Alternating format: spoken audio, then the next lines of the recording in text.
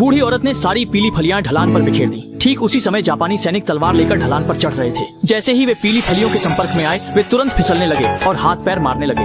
बूढ़ी औरत अपने हाथ का काम जारी रखती है। जापानी सैनिक ने काफी कोशिश की, लेकिन आखिरकार वह सीधा गिर पड़ा और गोल गोल पीली फलियों के साथ नीचे की ओर फिसलने लगा। उसकी रफ्तार लगातार बढ़ती जा रही थी, लेकिन वह बिल्कुल भी रुक नहीं पा रहा था। गुंडे ने यह देखकर उसे जल्दी से दोनों पैर फैलाने को कहा ताकि आपस में टकराकर कुछ रुकावट आ सके, लेकिन तभी सामने अचानक एक बड़ा खंभा आ गया।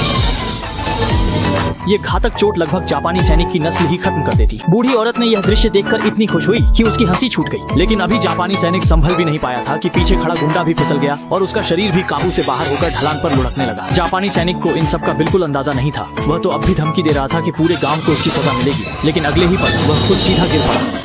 जापानी सैनिक सीधा आकर सुअर की पीठ पर गिर पड़ा। डर के मारे सुअर ने जापानी सैनिक को घसीटते हुए इधर उधर दौड़ना शुरू कर दिया और जापानी सैनिक ने मौके का फायदा उठाते हुए सुअर की सवारी करते हुए रणनीति का आदेश देना शुरू कर दिया। गुंडे ये सब देखकर इतने हैरान रह गए कि उनकी बोलती बंद हो गई। इस समय सुअर में देशभक्ति का जज्बा था। वह जापानी सैनिक को लेकर सुअर के बाड़े में घुस गया। कुछ देर बाद जापानी सैनिक उस बड़े सफेद सुअर से छुटकारा पा गया। वह जैसे ही गाड़ी पर लेटकर आराम करने वाला था, तभी आसमान से छोटे छोटे जापानी सैनिक गिरने लगे, जिसकी उसने कल्पना नहीं की। जैसे ही उसके साथी ने पीछे मुड़कर देखा, जापानी अधिकारी गायब हो चुका था और मुड़ते ही वह सीधे जलती हुई ईंट भट्टी में गिर पड़ा। जापानी सैनिक ने अंदर से कुछ हलचल की आवाज सुनी तो वह डर गया, लेकिन होश में आते ही उसने फिर से भट्टी में लकड़ी डाल दी। जापानी अधिकारी जलने की वजह से जोर जोर से चिल्लाने लगा। उसके चमचे ने सोचा कि पकड़े गए बूढ़े हूँ, अब और सहन नहीं कर पा रहे हैं, तो वह जल्दी से पूछने लगा कि राष्ट्रीय खजाना कहाँ छुपा है, और फिर छोटे जापानी सैनिकों को लकड़ी डालते रहने का आदेश देता रहा। ये कमीना अब बस फंसने ही वाला है। जब अंदर से किसी ने जवाब दिया कि वह छोटा जापानी है, तो चमचे ने सोचा कहीं यह सच तो नहीं है। अगले ही पल जलकर काला पड़ चुका जापानी अधिकारी आग के ढेर से बाहर रेंगता हुआ निकल आया।